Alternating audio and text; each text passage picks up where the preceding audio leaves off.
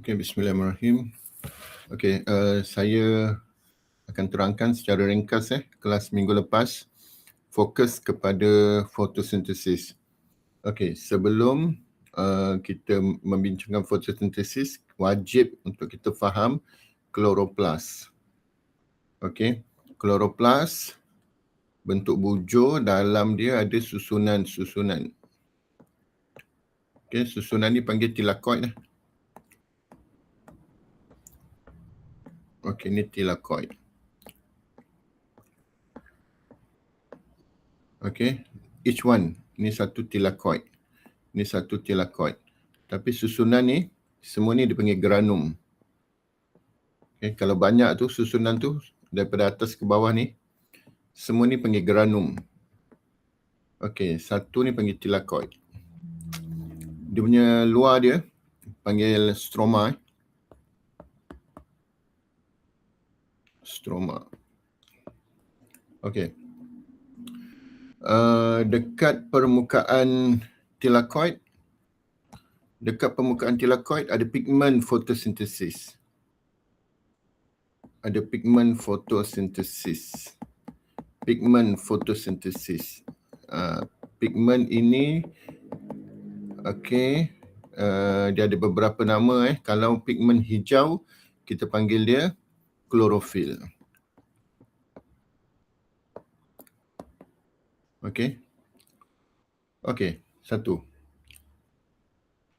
Fotosintesis ni ada dua peringkat. Satu, yang pertama kita panggil dia bersandar cahaya. Yang kedua, tidak bersandar cahaya. Okey. Tindak balas bersandar cahaya ialah tindak balas yang pertama. Okey, dia menggunakan air lah. Bahan mentah dia yang utama ialah air dan berlaku di thylakoid. Okey. Manakala bila dah selesai, dia akan menghasilkan air, oksigen, ATP, NADPH. Okey, bahan itu akan digunakan untuk tindak balas tidak bersandar cahaya. Dekat dalam ni bahan utama dia ialah karbon dioksida dekat sini. Okey, dan dia berlaku di stroma. Okey. So first dia akan berlaku yang bersandar cahaya dulu. Bila dah selesai barulah tidak bersandar cahaya. Tindak bersandar cahaya ni dia berlaku selepas bersandar cahaya berlaku. Bersandar cahaya ni dia perlukan cahaya. Yang bawah ni dia tidak perlu cahaya. Saya tak kata dia waktu gelap. Dia tak perlu cahaya. Maknanya bila yang pertama ni dah selesai, yang kedua akan follow.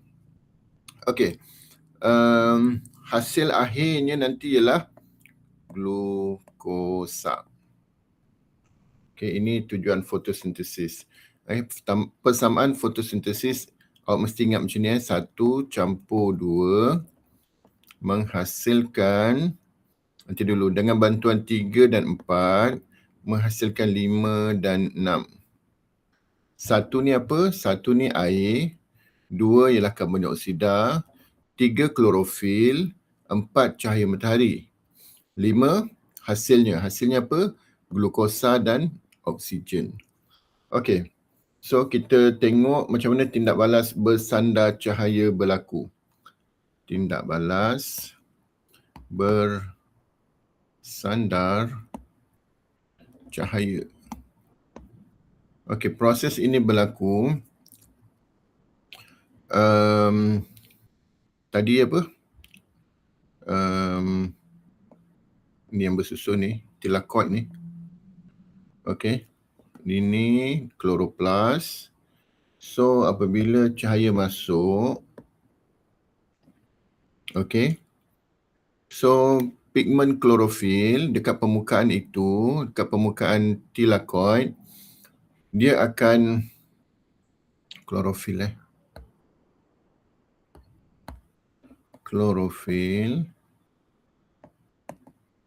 okey, dia akan kehilangan elektron. Dia teruja, teruja. dia kehilangan elektron. Okay, so bila dia kehilangan elektron, elektron ni akan melalui satu siri dia akan berpindah-pindah beberapa tempat dan akan menghasilkan tenaga ATP. Terhasil. Okay. Okay, lepas tu klorofil ni dia akan curi elektron sebab dia dah tak stabil.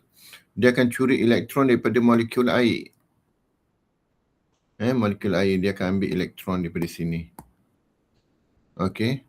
So, dia akan jadi stabil semula lah klorofil ni sebab dia dah dapat elektron. Tapi air ni akan terurai. Okay, dia akan jadi H plus dan OH minus. Air terurai lah. Okay, ni nama dia fotolisis air. Okay.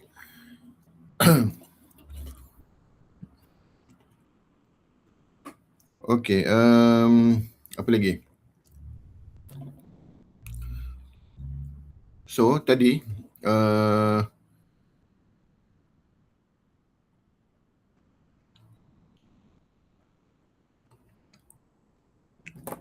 okay dah.